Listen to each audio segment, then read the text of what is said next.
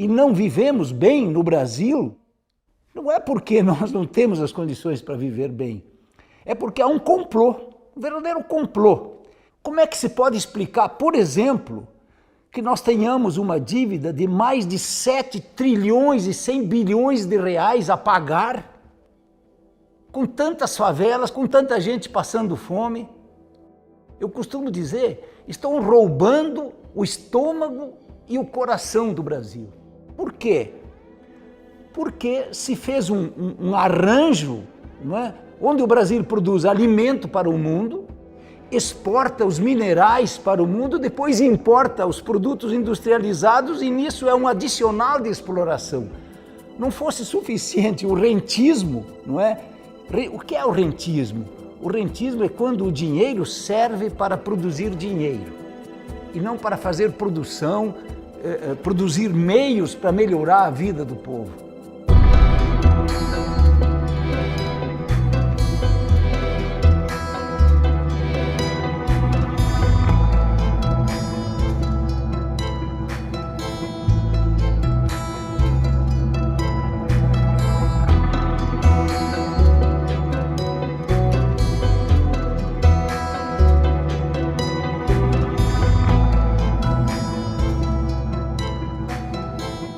Esse sistema econômico em que vivemos, o sistema capitalista, é estruturado unicamente para a obtenção de lucro, para enriquecer cada vez mais poucas pessoas. O que talvez você não saiba é que atualmente o setor financeiro está no centro dessa engrenagem. Bancos, grandes empresas e a parcela do 1% da população, aquela dos mais ricos, ganham muito dinheiro em aplicações financeiras, inclusive nas dívidas contraídas por você, por nós, pelas pequenas empresas e pelos governos nacionais. A história do Brasil é marcada desde o Império por vários episódios de crises geradas pela forma de contratação e de gestão das dívidas públicas interna e externa. Mas ainda assim não devemos concluir que o endividamento público é sempre algo prejudicial para o país. Todos os países se endividam para promover o desenvolvimento econômico e social e a melhoria das condições de vida de seus povos.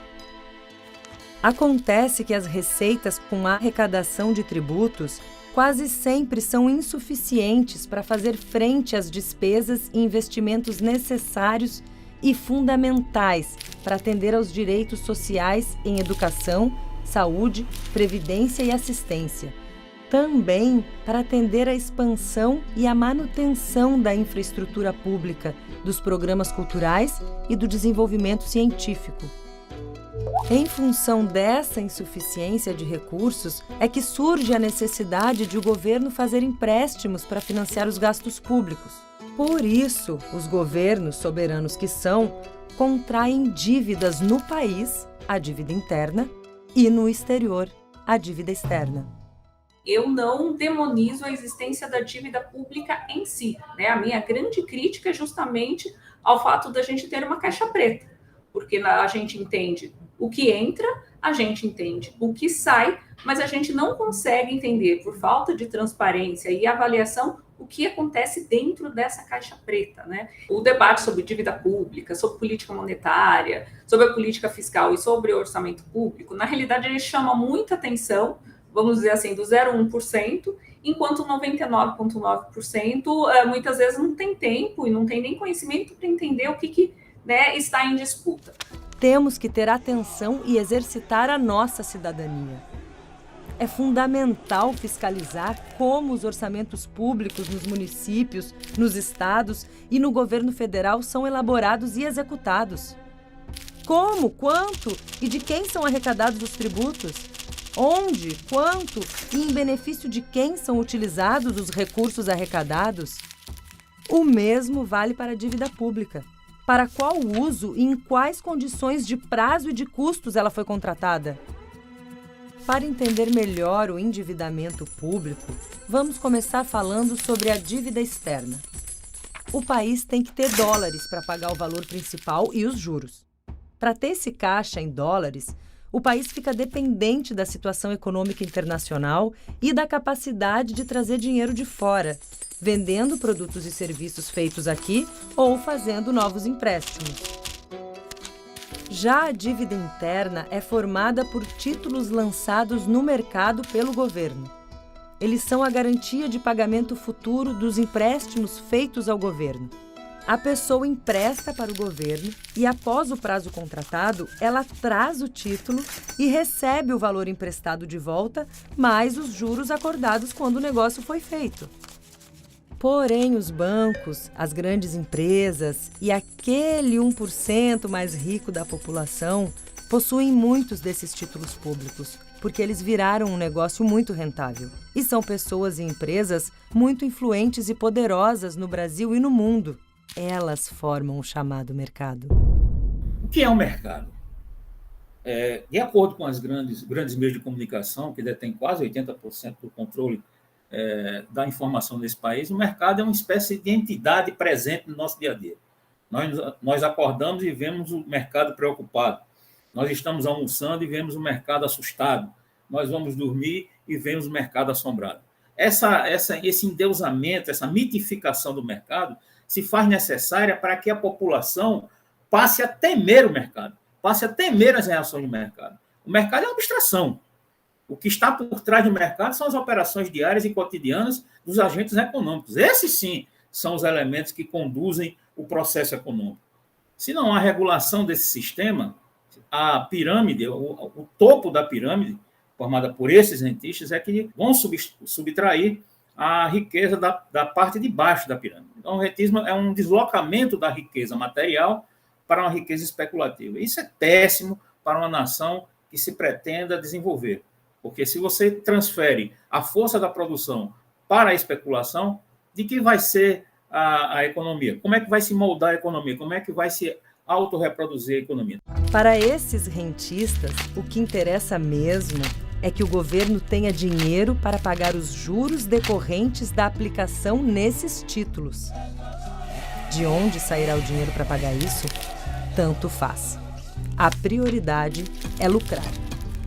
E por isso pressionam para que o governo invista migalhas em saúde, educação, pesquisa, cultura, estradas, segurança e outras áreas. E também exigem que o governo venda o patrimônio que é de todos nós, chamando isso de privatização. Se houver dinheiro para eles e só eles seguirem ganhando, tudo está bem. Então, essa pressão, tanto externa quanto interna, ali na Constituinte, né, ali durante a construção da Constituição de 88, acho que nada mais é do que o sistema financeiro tentando buscar aí o aumento dos seus lucros e dos seus ganhos financeiros ao longo do tempo. A minha grande crítica em relação à dívida interna é a forma com que agentes econômicos muitas vezes a manipulam na argumentação para reduzir, para constranger, então, o orçamento público, no sentido de que, olha, os gastos públicos devem ser contidos, porque isso vai tranquilizar os agentes econômicos e, com isso, as taxas de juros vão aumentar. Então, a gente teria um controle do crescimento da dívida pública muito coerente com o tamanho do PIB, né? Então, essa argumentação, que muitas vezes é vendida como algo técnico, né, como algo que não pode ser contraposto, na realidade, ela está cheia de inverdades. Foi para garantir prioridade para os ganhos dessa minoria de rentistas que nasceram leis e medidas do governo que hoje são expressões que você vê povoar os jornais e as televisões. Emenda constitucional do teto de gastos, superávit primário, autonomia do Banco Central, reforma da Previdência Social, reforma trabalhista e a privatização de empresas públicas. Esses nomes escondem que quem assegura os ganhos dos poderosos do mercado somos eu, você e milhões de brasileiros e de brasileiras. É a exploração do nosso trabalho, dos recursos públicos e do nosso dinheiro quem alimenta a farra dos tubarões do mercado. E como você sabe, a fome deles é insaciável. Essa é uma das histórias que esse filme conta. A outra é sobre um homem, que em 1988, quando foi elaborada a Constituição Federal, tentou barrar tudo isso. Ele enfrentou interesses e poderes que, infelizmente, acabaram vencendo aquele round. Mas a briga não terminou. E continua sendo urgente derrotar os tubarões do rentismo. Não foi a Constituinte exclusiva, livre e soberana que nós queríamos. Foi uma Constituinte policiada. O sistema financeiro esteve presente do dia da instalação ao dia da promulgação da nova Constituição. Só que ele agiu às sombras. Ele foi vindo à tona à medida em que as coisas iam ocorrendo, iam acontecendo. Um sábado à tarde, se apresenta uma emenda de contrabando dizendo serviço da dívida. Inseriu a letra B no artigo 166, parágrafo 3º, item 2. Vejam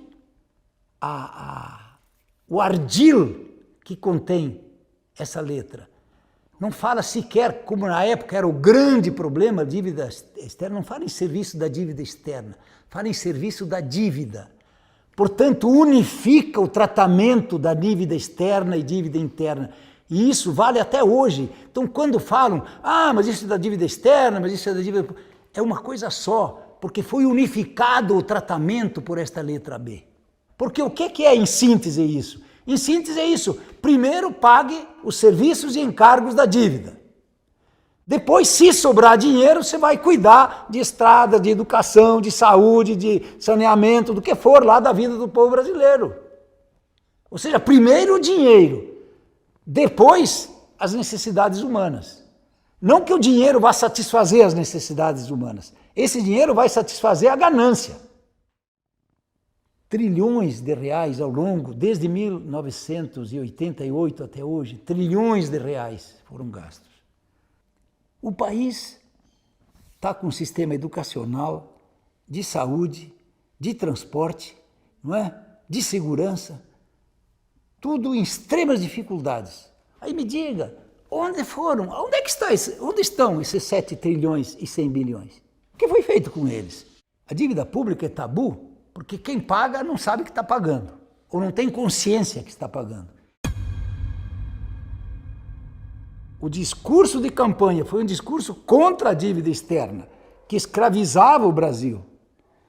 Bom, então era de esperar que o meu projeto de decisão constitucional número 1, previsto no regimento, fosse aprovado pela Assembleia.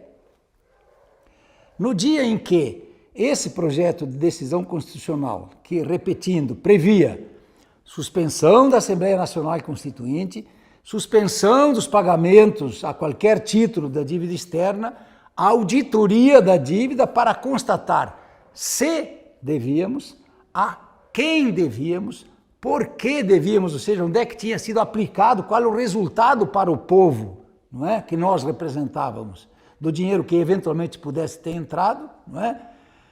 Enfim, e especialmente se devêssemos, como poderíamos pagar, porque uma coisa é importante dizer desde logo, jamais pregamos o calote. O que nós pregamos, repetindo, é o direito elementar que tem na democracia, que é o direito à informação. E especialmente o direito à informação de quem paga a conta. Eu quero saber se eu devo, para quem eu devo, por que eu devo, quanto eu devo. E aí vou ver como é que eu posso pagar.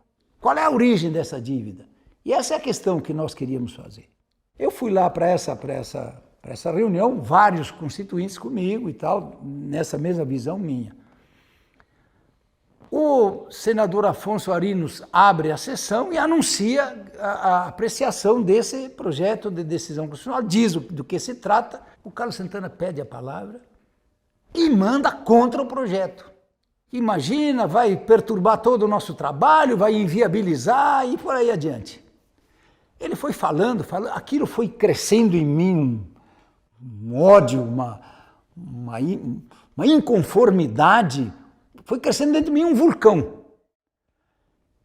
E ele foi falando e eu vi que a comissão ia rejeitar o projeto, né? pela manobra do Carlos Santana, né? E, enfim, pela forma como o processo estava se desenvolvendo, eu me levantei do plenário onde nós estávamos assistindo e fui ao encontro do Carlos Santana. Aí os companheiros constituintes viram que eu ia agredir. Me pegaram pelos braços, dois deputados, e não eram muito franzinos, não. Em cada braço eu fui arrastando assim. Eu confesso, eu jamais pensei que um ser humano tivesse a força que tem quando tomado de uma ira santa, da cólera, como eu fui tomado naquele momento. Isso reexplico, pela razão. Nós fomos eleitos falando contra a dívida externa. E agora estamos cometendo uma traição. Nós estávamos cometendo uma traição. Estávamos literalmente vendendo o Brasil. Eu cheguei próximo ao gogó do Carlos Santana, porque era a única coisa que eu enxergava. Isso aqui parecia uma torquez. Eu sentia tanta força nesses dois dedos aqui que se eu chegasse a pegar o gogó dele, me perdoe Deus, eu ia arrancar. Só que não me permitiram, né?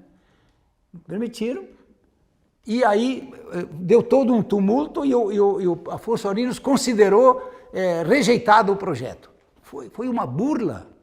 Esse projeto foi rejeitado de uma forma criminosa contra o país e contra o regimento da Assembleia Constituinte.